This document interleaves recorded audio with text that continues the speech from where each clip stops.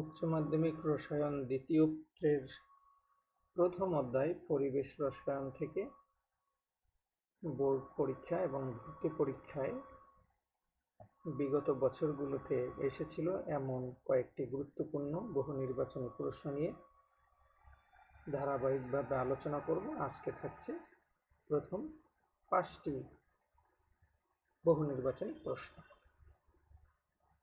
প্রথম প্রশ্নটি ফার্স্টে এসেছিল 2018-19 সালে। মোলার গ্যাস দুর্ভোগের একক কোনটি? তো তোমরা সবাই জানো মোলার গ্যাস দ্রব্যক এককে কয়েকটি পদ্ধতিতে বা কয়েকটি এককে মোলার গ্যাস দ্রব্যক আর এর মান বের করা যায়। এটা হচ্ছে লিটার বায়ুমণ্ডলীয় চাপ এককে, এটা হচ্ছে এসআই এককে, এটা হচ্ছে সিজিএস এককে, ইঞ্জিনিয়ারিং এককে, ফুট পাউন্ডাল এককে। তো এক্ষেত্রে যেটা আমরা দেখতে পাচ্ছি এখানে দেওয়া আছে আর্ক দেওয়া আছে, এটা দিয়ে আমরা বুঝতে পারি সিজিএস একক দেওয়ার চেষ্টা করেছিল, লিটার অ্যাটমসফিয়ার একক আছে। ক্যালোরি অথবা জুল থাকা মানে হলো এটা এসআই এককের মধ্যে পড়েছে। তাহলে আমরা দেখি কোনটি সঠিক উত্তর হবে। আমরা জানি মোলার গ্যাস দ্রব্যক আরের একক লিটার অ্যাটমসফিয়ার হয়, পার অ্যাটমসফিয়ার হয় না, তাহলে এই অপশনটি বাদ। তারপরে হয় জুল পার মোল পার কেলভিন, পার মোল হয়, এখানে পার মোল নেই। জুলের পরিবর্তে ক্যালোরি হতে পারে, কারণ 1 ক্যালোরিতে 4.2 জুল, কিন্তু পার মোল ঠিক আছে, কিন্তু এখানে পার ক্যালোরি নেই, পার কেলভিন নেই, তাহলে এটা সঠিক হবে না। ঘ অপশনটা সঠিক আছে, এটা লিটার অ্যাটমসফিয়ার পার মোল পার কেলভিন, এই অপশনটি শুধুমাত্র সঠিক। কিন্তু আর্গ হয়, কিন্তু পার মোল পার কেলভিন থাকতে হয়, তাহলে এটিও ভুল। তাহলে আমরা এখানে একটু দেখি কি আছে। এটা এখানে এসআই একক হলো জুল পার মোল পার কেলভিন হবে। লিটার অ্যাটমসফিয়ার চাপ এককে যদি বের করি তাহলে লিটার অ্যাটমসফিয়ার পার মোল পার কেলভিন হবে সঠিক উত্তর। 2 নম্বর প্রশ্ন, নিচের কোনটি চাপের একক নয়? নিউটন পার মিটার স্কোয়ার মানে হলো প্যাসকেল, এটি চাপের এসআই একক, এটা হলো চাপের একক। অ্যাটমসফিয়ারও একটা চাপের একক, টোর চাপের একক। আবার পারদস্তম্ভ চাপ উল্লেখ করলে সেটাও হলো চাপের একক।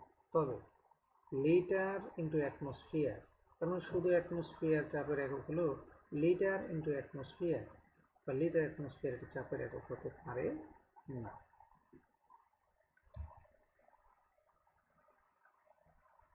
তৃতীয় প্রশ্ন, ভি সমান কে ইন্টু 1/p, এই যে গ্যাসের আয়তন এবং চাপের মধ্যে সম্পর্ক প্রকাশকারী একটি সমীকরণ, এটা কোন সূত্রকে প্রকাশ করে? তোমরা জানো গ্যাসের আয়তন এবং চাপের মধ্যে সম্পর্ক প্রকাশ করে সিম্পলি যে গ্যাস সূত্র দিয়ে প্রকাশ করা যায় সেটি হচ্ছে বয়েলের সূত্র। তার মানে তুমি জানো বয়েলের সূত্র হলো গ্যাসের আয়তন প্রযুক্ত চাপের ব্যস্তানুপাতিক।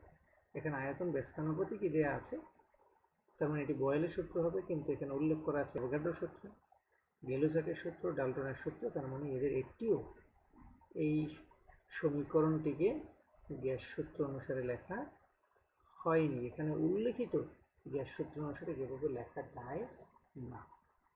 মানে আমরা যদি দেখি অ্যাভোগাড্রোর সূত্র হবে ভি প্রপোর্শনাল টু এন, গেলুসাকের সূত্র হবে ভি প্রপোর্শনাল টু টি, এবং বয়েলের সূত্র ভি প্রপোর্শনাল টু 1/p অথবা V proportional to P, inversely proportional to P. তার মানে আয়তন হলো চাপের ব্যস্তানুপাতিক, এবং এই সূত্রটা হচ্ছে আসলে বয়েলের সূত্র। পরবর্তী প্রশ্ন 4 নম্বর প্রশ্ন, তাপমাত্রা স্থির রেখে 2.63 অ্যাটমসফিয়ার চাপে 1520 মিলিলিটার আয়তনের গ্যাসকে প্রমাণ চাপে আনা হইলে আয়তন কত হইবে? এটাও ফার্স্টের ভর্তি পরীক্ষাতে এসেছিল। তো যেহেতু তাপমাত্রা স্থির থাকলে গ্যাসের যে সূত্রটি প্রযোজ্য হয় তোমরা জানো, সেটি হলো বয়েলের সূত্র। তো বয়েলের সূত্র কি? P1 into V1 is equals to P2 into V2। যদি P2 ইন্টু V2 এটা যদি চূড়ান্ত অবস্থা হয়, P1 V1 যদি প্রাথমিক অবস্থা হয়, তাহলে চূড়ান্ত আয়তন V2 সমান P1 V1 divide by P2।